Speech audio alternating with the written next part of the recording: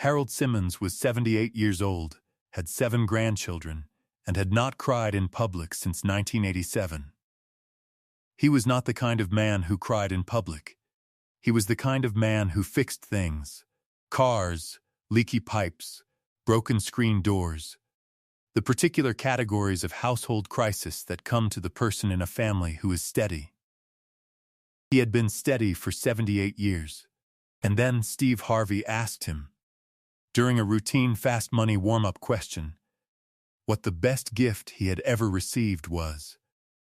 And Harold Simmons said 3 words that stopped the entire studio. My son's organs. The audience went completely still. Steve Harvey froze mid-smile. Harold looked at his family, and then looked back at Steve and said, somebody gave my son's organs to 4 people when he died. One of them came to find me last year. He's 34 now. He's got a daughter.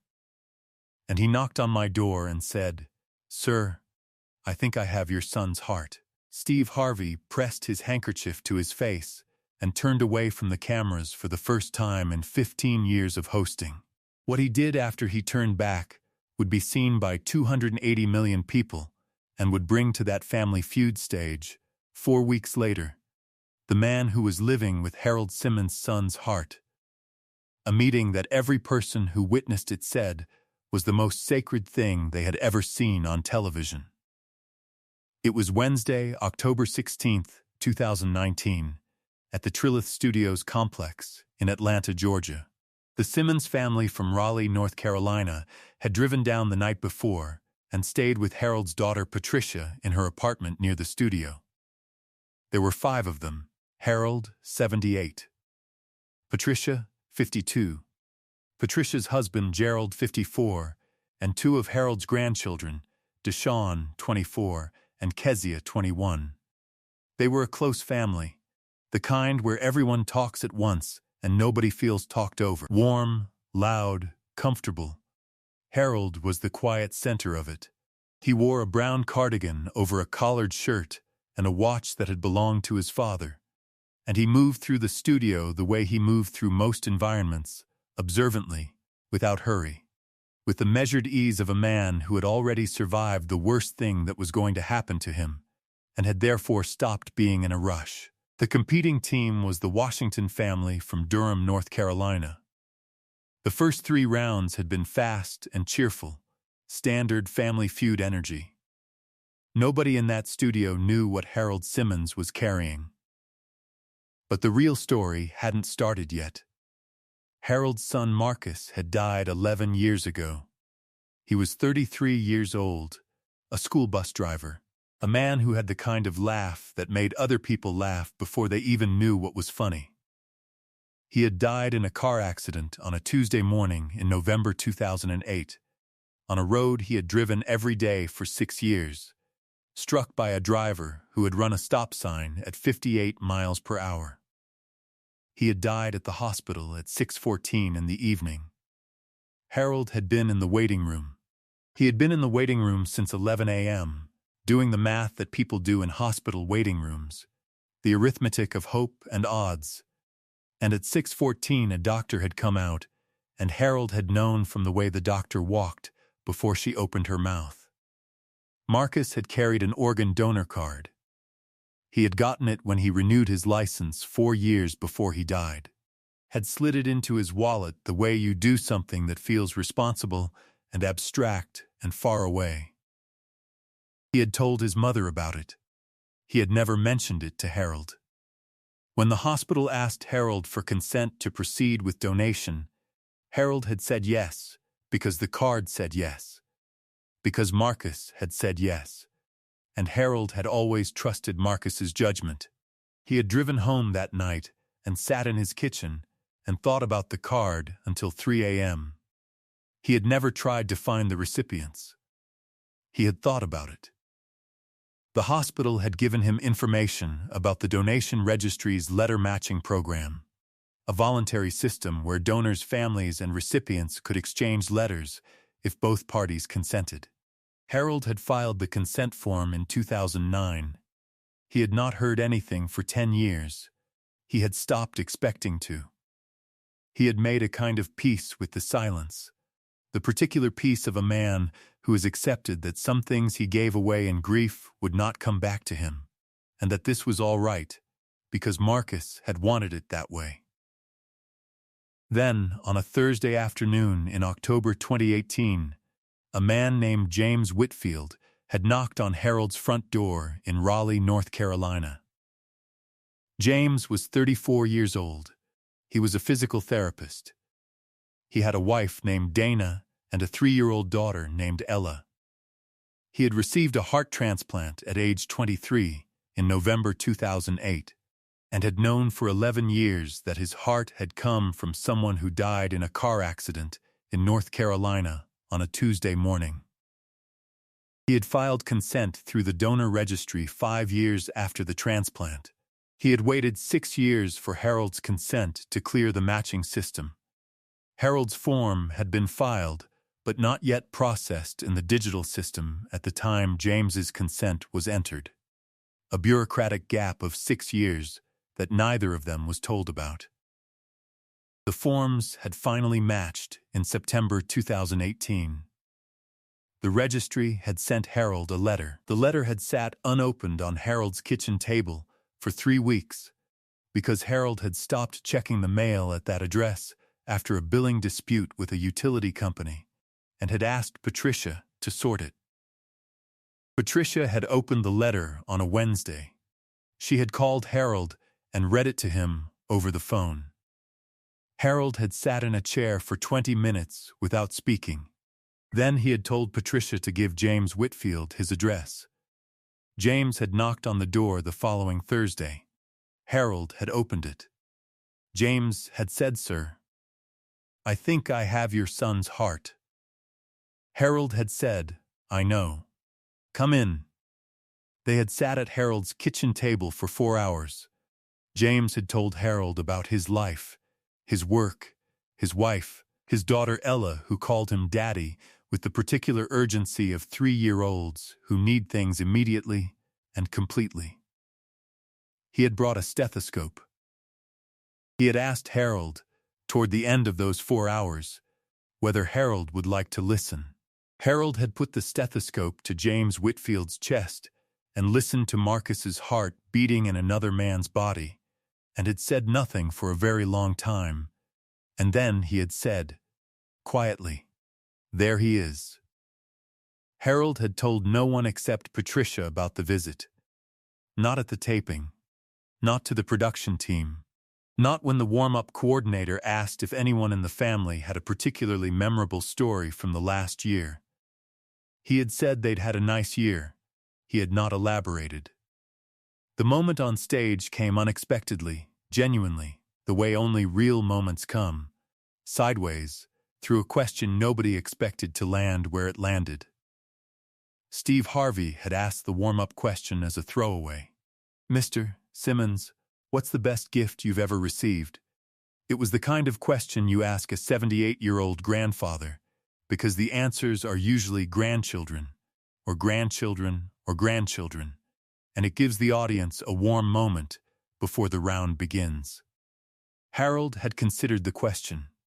He had looked at his grandchildren. He had looked at his hands. Then he had looked at Steve Harvey and said, "My son's organs."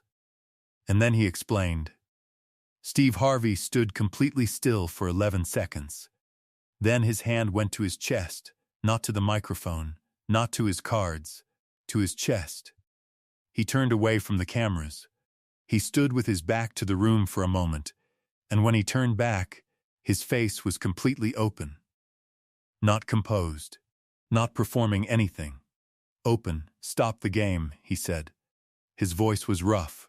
"Right now, stop everything." A producer came forward from behind the curtain. Steve didn't look at her. He walked to Harold Simmons and stood in front of him and said, "Harold, tell me about Marcus." Harold told him. He told him the way he had told James Whitfield, quietly, without dramatics, with the steady voice of a man who has had 11 years to put the story in order. He told Steve about the laugh, about the school bus, about the car accident in the waiting room, about the card in the wallet, about the consent form filed in 2009, and the 6 years of silence, and the letter that sat on the kitchen table for 3 weeks. He told him about the Thursday afternoon and the knock on the door, and the stethoscope, and the 4 words, "There he is." The studio fell completely silent. 300 people had stopped breathing. The crew behind the curtain were not pretending to work. A camera operator, 18 years in the business, later said she had been holding her breath so long she had gone slightly lightheaded and had not corrected it because moving felt wrong. Steve Harvey sat down beside Harold Simmons. Not in a chair, on the stage. He pulled 2 chairs from the side of the staging area and put one in front of Harold and sat in it, and they were just 2 men sitting across from each other. And the cameras stayed rolling, because there was nothing in the history of the show that had a precedent for this. 30 years ago, Steve said, I was sleeping in a car. I had nothing. My father was sick, and I couldn't get to him in time, and I have never fully forgiven myself for that. And I know something about what it means to be handed a grief you didn't ask for, and carry it without knowing whether the carrying is doing anything at all. He paused. Harold, the carrying did something. James Whitfield knocked on your door because you signed that card. Because Marcus signed that card. You gave 4 people their lives. And one of them came back with a stethoscope. He pressed his handkerchief to his face for a moment. That is the most extraordinary thing I have ever heard on this stage. He reached into his jacket and pulled out his phone. He called the National Organ Donor Registry's Public Affairs Director. On speaker, live, he announced, on the air, a Harvey Foundation grant of $500,000 toward the registry's family matching program, specifically targeted at reducing the processing gap that had caused Harold Simmons's consent form to sit unmatched for 6 years. No family should wait 6 years to be found, Steve said. We are fixing that gap, starting today. He wasn't done. He looked at Harold. I want James Whitfield in this building, he said. I want to do something that has never been done in the history of this show. Can we make that happen? He looked at the production team. Patricia Simmons, Harold's daughter, was covering her mouth with both hands. She had known. She had been holding it since the show started. She nodded at the production coordinator, and the production coordinator nodded back, and Harold Simmons's eyes moved between his daughter and Steve Harvey and landed on something that was not quite comprehension yet, but was getting there. James Whitfield was in Atlanta. He had been called by the production team 4 days before the taping. He had driven from Raleigh with his wife Dana and daughter Ella. He had been backstage since noon. He had been sitting in the green room with his stethoscope in his jacket pocket, waiting. Harold Simmons stood up when James walked through the curtain. They were the same height. They stood in front of each other on the Family Feud stage, and neither of them said anything for a long time. Ella, 3 years old, looked at the old man in the brown cardigan and said, Are you Harold? Harold looked at her. He looked at James. He looked at Ella. Then he said, Yes, baby, I'm Harold. Ella said, Daddy talks about you. The studio fell completely silent. Hardened television professionals were looking at the floor. James Whitfield reached into his jacket and produced the stethoscope. He held it out. Harold Simmons took it. He placed it, slowly, to James Whitfield's chest on the Family Feud stage, in front of 300 people, under full camera, and he listened. He listened for a long time. When he took the stethoscope away, he looked at James Whitfield and said, There he is. Both families received the full prize. Steve announced it as if from a great distance, standing slightly apart from the center of the stage, because what had happened there was complete, and he did not want to put anything beside it that might diminish it. The episode aired January 21st, 2020. Within 48 hours, 90 million views. Within 3 months, 280 million. The hashtag #ThereHis trended globally for 15 days, the longest-running emotional hashtag from any game show in recorded social media history. The clip was played on the floor of the United States House of Representatives during a speech on organ donation legislation. Organ donor registration rates in North Carolina increased 28% in the 3 months following the episode's airing. 3 months after the taping, Harold Simmons and James Whitfield had lunch together in Raleigh for the second time. They do this every 2 months. Ella calls Harold on his birthday. She draws him cards. He keeps them on his refrigerator, held up by a magnet shaped like a school bus, the kind of school bus Marcus drove, which Patricia had found at a yard sale and given to Harold the Christmas after his son died. The Harvey Foundation's organ donor matching program gap reduction grant has now cut the average consent form processing time from 4.2 years to 6 weeks. In the 3 years since the grant was issued, 1,400 families who previously would have waited years have been matched with recipients in under 2 months. Steve Harvey said this. In a radio interview 6 months after the taping, I have asked 10,000 people what the best gift they ever received was. Harold Simmons is the only one who ever stopped time with his answer. Because the answer wasn't about what he got. It was about what he gave. That is the only kind of giving that matters. The kind you do when you have nothing to gain from it and everything to lose. Harold Simmons still wears his father's watch. He still fixes things around the house. He still sits at the kitchen table with his coffee in the morning, in the quiet hour before Patricia calls, and sometimes, not always, but sometimes, he thinks about the Thursday afternoon when a 34-year-old man knocked on his door and said 5 words, and Harold opened the door and said, "Come in." The door being open. That is the whole story. Marcus opened it first, 11 years ago. Harold just walked through it. If this story about Harold and Marcus and the heart that kept going moved you, make sure to subscribe and hit that thumbs up button. Share this video with someone who needs to be reminded that the things we give in grief can become someone else's whole life.